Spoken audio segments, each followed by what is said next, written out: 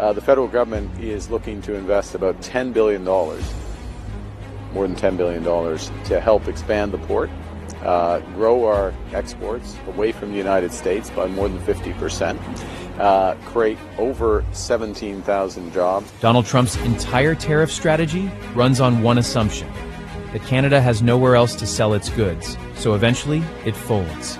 That number you just heard, 50% growth in exports away from the United States, is Mark Carney's answer to that assumption. Not a speech about resilience, an actual $10 billion construction project announced in person at the physical location where it's happening. It's a pleasure to be here at Canada's largest port. More than $1 billion of goods move through this port every single day. And in fact, when you look at the capacity of Port of Vancouver, it's bigger than the capacity of the next 5 biggest ports in Canada combined. But within the next decade, it's not going to be enough. And it's certainly not going to be enough if we're going to grow this economy, become stronger, more independent, more diversified, trade more with Asia and other parts of the world, which is what our intentions to do. So we're looking through the Major Projects Office at expanding this port.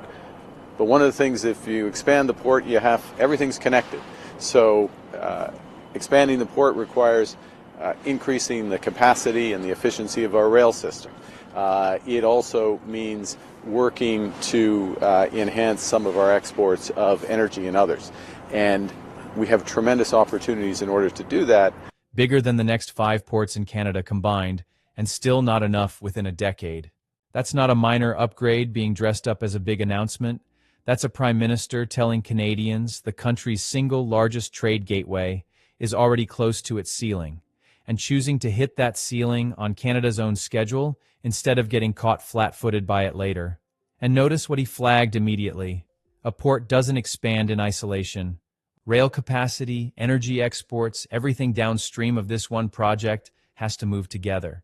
But in order to seize those opportunities, and let's just put it in perspective, the federal government is looking to invest about $10 billion, more than $10 billion, to help expand the port, grow our exports away from the United States by more than 50%, create over 17,000 jobs, 18,000 jobs in the construction of that, another 17,000 jobs full-time in the operation of that additional capacity, and that's not counting all the businesses and the knock-on effects. In fact, I was at a canola farm yesterday just north of Innisfail in Alberta, where they will get the benefit of this expanded capacity as we expand agricultural exports as well as products and others. Okay, so that's the opportunity, but everything is connected, and in order to seize the opportunity, we need to do several things at the same time, and that's our intention, and that's why we're working with the Musqueam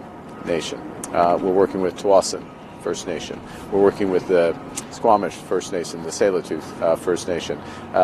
This is unceded territory and traditional lands. There are treaty rights from the First Nations, and we need to work in a way that is building inclusively with Indigenous partners, sharing in the economic benefits, ensuring that the incredible natural resources we have, heritage, patrimony, is not just preserved but enhanced.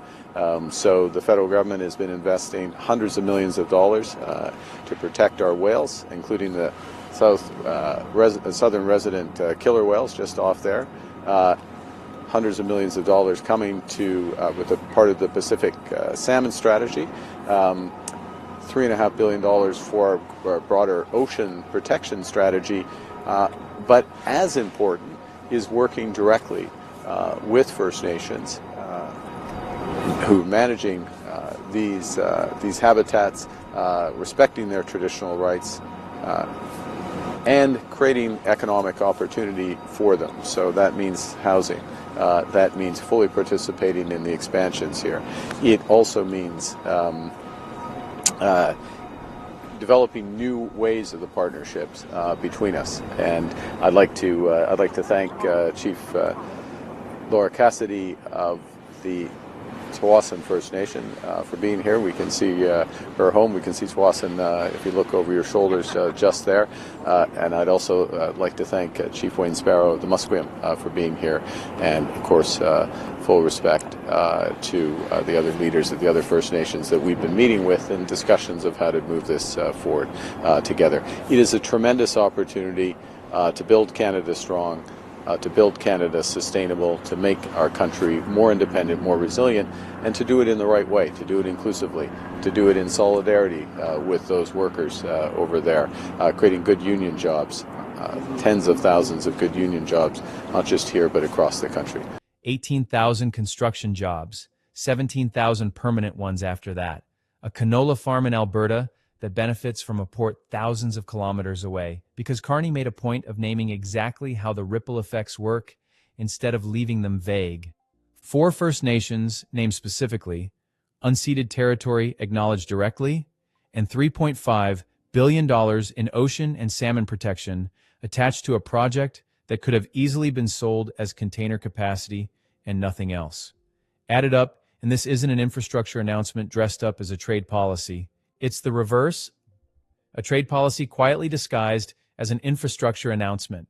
Trump's leverage depends on Canada having nowhere else to go. $10 billion, 35,000 jobs, and a direct pipeline to Asian markets is Canada building somewhere else to go. Do you think a 50% increase in non-US exports is actually achievable in this time frame? Or is this a number politicians will quietly walk back later? Subscribe to Unbiased Canada, hit like, and let us know in the comments.